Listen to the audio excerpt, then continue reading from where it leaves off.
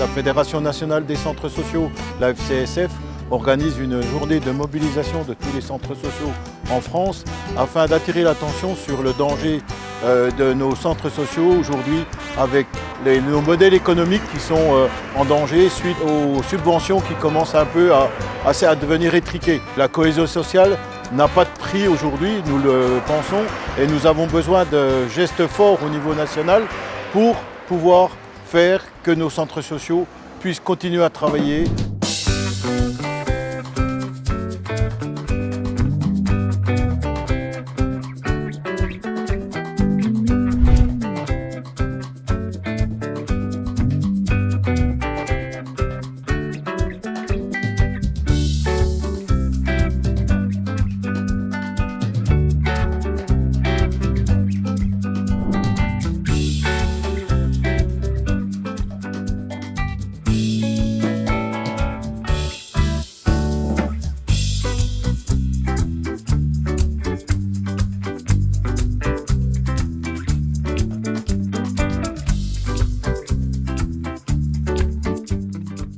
C'est les premiers acteurs que les concitoyens trouvent quand ils veulent solliciter des services publics, des droits communs. Donc nous, la ville, on soutient ce mouvement et on appelle vraiment les pouvoirs publics à ne pas diminuer les moyens, plutôt à les renforcer au regard du travail qu'ils font en élection décisionnelle. C'est des territoires qui souffrent des fractures économiques, fractures sociales, fractures citoyennes. Donc on appelle vraiment à ce qu'on soutienne ces acteurs, ces structures-là, très importantes. Bienvenue à Audincourt à la MJC. Alors je parle en tant qu'élu et je suis avec mes collègues Kamel et Mustapha qui sont élus avec moi à la ville d'Audincourt. On vous accueille ici à Audincourt, mais c'est un mouvement qui dépasse largement notre ville. C'est un mouvement qui concerne l'éducation populaire, la culture pour tous, l'accès à la culture pour tous, et c'est un mouvement qui nous tient vraiment à cœur. Ici à Audincourt, on soutient sans faille et depuis toujours les centres sociaux. On a 2 centres sociaux sur la ville. On met à disposition les locaux, on les aide, on les soutient et on fait partie intégrante de la politique de la ville qu'on mène à Audincourt. On est convaincus que ce sont les bases de la cohésion sociale, du travail qu'on peut faire ensemble avec la population pour avoir des espaces de vie, des espaces de partage, des espaces de découverte pour la culture, pour l'éducation.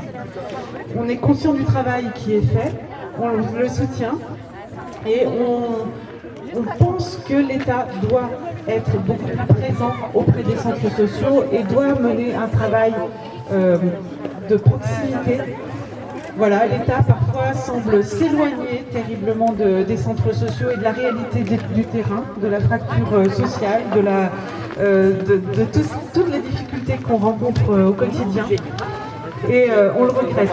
On a entendu ce matin la ministre de la Culture qui déclarait qu'elle était elle-même issue des centres sociaux, qu'elle avait découvert la culture ainsi.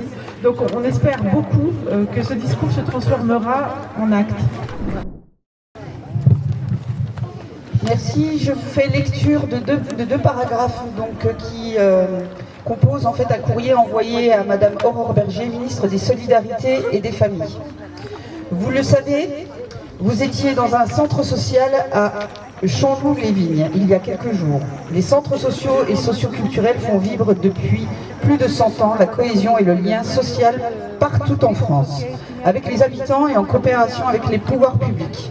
Ils agissent contre les inégalités et contribuent à bâtir une société désirable pour toutes et tous, qui donne sa place à chacune et chacun, et permet l'émancipation et le pouvoir d'agir des citoyens.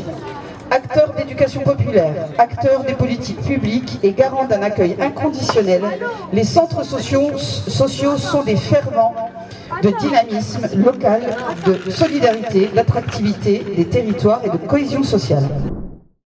Pourtant, aujourd'hui, notre réseau est extrêmement fragilisé. L'augmentation continue des charges, inflation nécessaire, revalorisation des métiers du social, met en péril la capacité des centres sociaux à continuer de remplir leur mission. La surcharge administrative et les exigences sans cesse accrues envers les structures placent les équipes dans des situations où les contraintes de gestion s'imposent au détriment de la qualité du projet. Plus globalement, les structures ne peuvent plus faire le grand écart entre des demandes en termes de lien social, d'urgence sociale, d'animation et de développement social qui ne cessent d'augmenter, et un financement par leurs partenaires qui n'est plus à la hauteur. Cette mobilisation rassemble les équipes de 10 structures sur PMA. Je vais les citer, donc le Centre social de Grand Charmont, la MJC Saint-Exupéry, la Maison pour tous de Bavent, la MJC de Sochaux, le Centre social de Valentinier, la MJC de la Petite Hollande, la Lisaine, le Centre social Léo Lagrange, le Centre social Jean Ferrat de la ville d'Étupes et le Centre social Escapade d'Audincourt. Cette mobilisation nous rassemble les équipes de ces 10 structures, mais aussi des habitants, des élus locaux, des partenaires qui soutiennent notre démarche pour interpeller l'ensemble des acteurs de la cohésion sociale.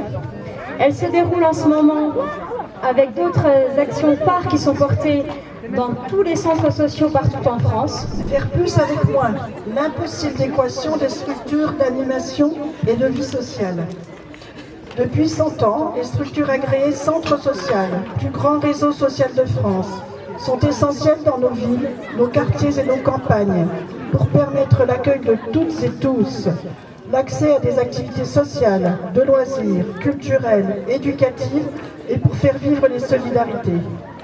Lieux de vie et de rencontre, espaces d'expression et de construction, de projets portés par et pour les habitants. Elles sont des ferments de dynamisme et d'attractivité d'un territoire, autant qu'un terreau fertile d'une société démocratique, juste et ouverte. Or, les centres sociaux sont aujourd'hui fragilisés par des financements publics qui ne sont plus à la hauteur des besoins, alors que la situation sociale s'aggrave. Les premières mesures ont été prises, mais elles restent insuffisantes pour leur permettre de continuer à remplir leur mission et pour assurer leur pérennité.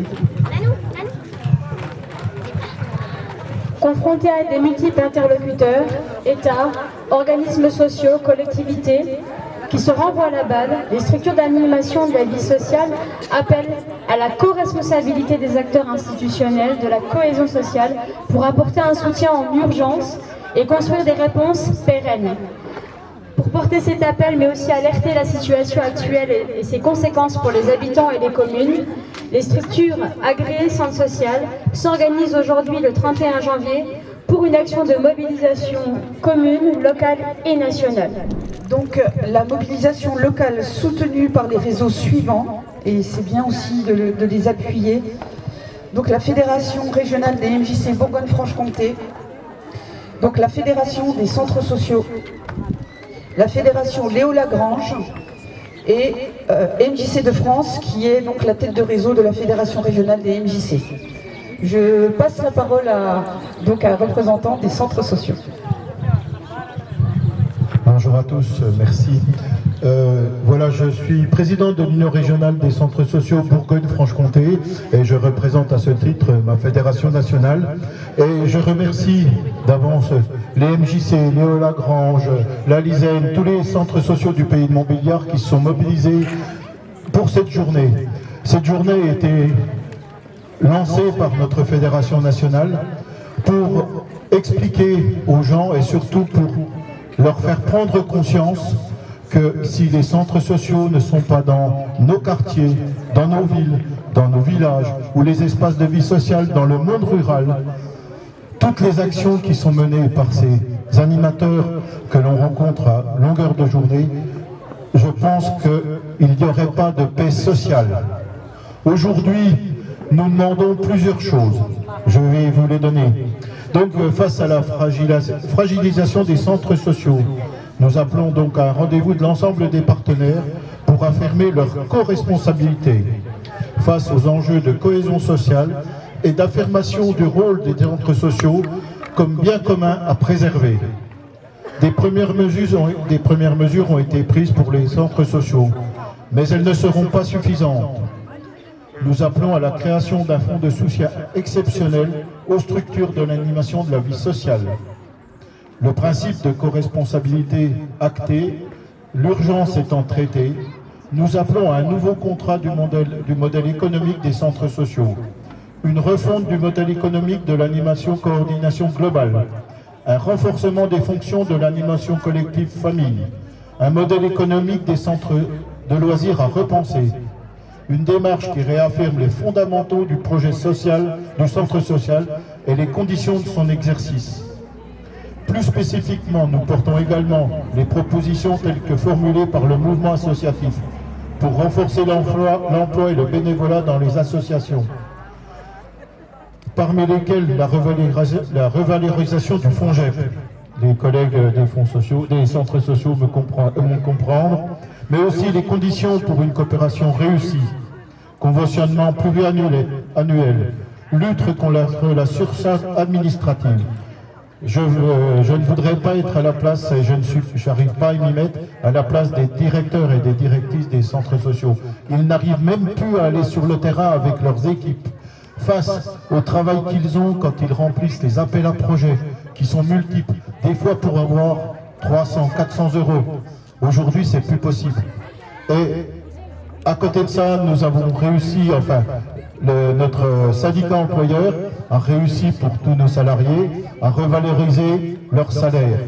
Mais pour les centres sociaux, c'est une grosse enveloppe, c'est quasiment 10% de la masse salariale en plus sur nos épaules. Donc aujourd'hui, les centres sociaux sont vraiment sur le fil du rasoir. Il suffit de pas grand-chose pour qu'ils tombent. Un petit chiffre, en France, les centres sociaux, c'est 74 000 emplois. C'est près de 200 000 bénévoles qui gèrent, qui sont administrateurs des centres sociaux.